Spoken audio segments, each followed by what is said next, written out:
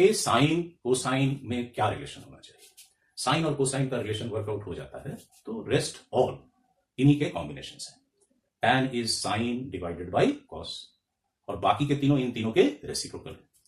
तो साइन और कॉस में किस तरह से हम लोग अपनी चीजों को कहेंगे उनको जरा देख लीजिए। तो किसी भी क्वाड्रेंट के एंगल से एसोसिएटेड साइन और कॉस को तय करने के लिए एक छोटा सा काम कर लेते हैं कि जो रोटेटिंग लाइन है, अगर ये इतना बड़ा एंगल बना करके रोटेटिंग लाइन यहां आके रुकता है तो ऐसे घुमा है तो ये एंगल विद डायरेक्शन ऐसे है। अगर इतना ही ये इधर घूमेगा तो मैग्नीट्यूड में ये दोनों एंगल बराबर होंगे, लेकिन अगर ये एंगल ए है और ये एंगल बी है तो ये बी जो है ये एक्चुअली माइनस ए है विद डायरेक्शन। अगर हम अपनी बात करें, ये फोर्थ क्वाड्रेंट का एंगल है बी, और ए जो है ये फर्स्ट क्वाड्रेंट का एंगल है, और बी मैग्नीट्यूड में ए के बराबर है। तो अगर यहां पे एक पॉइंट लें पी और इसको यहां से ऐसे कनेक्ट करें, so this is P dash, ये हमारा ओ है, O P is same as O P dash, क्योंकि यहां जो ये ट्राइंगल बन रहा है, ये ट्राइंगल आपके ऊपर वाला ट्राइंगल और नीचे वाला triangle, these are congruent triangles. जितना ओपी है उतना ही ओपी डैश ले लिए, और यहां से डायरेक्टली ये परपेंडिकुलर डाले तो ये 90 मैग्नीट्यूड में ये दोनों एंगल भी बराबर, दोनों एंगल बराबर, ये भी दोनों एंगल बराबर, मतलब तीनों एंगल सेम, ये साइड दोनों में सेम, ये भी। तो P M is equal to P dash M.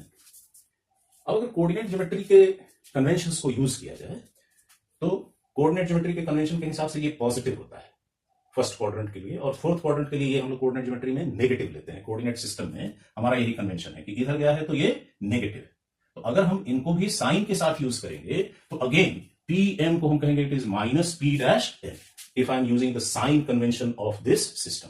क्यों इसमें माइनस किए? क्योंकि इस कन्वेंशन में ये नीचे जाता है।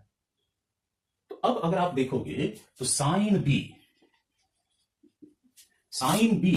इस ट्राइंगल से हम लोगों को मिलेगा P dash M divided by O P dash.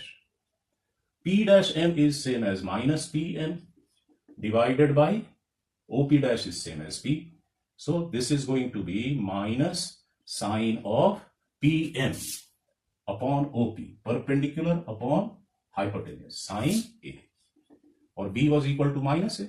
So you have got your important result that sine of minus A is equal to minus sine A.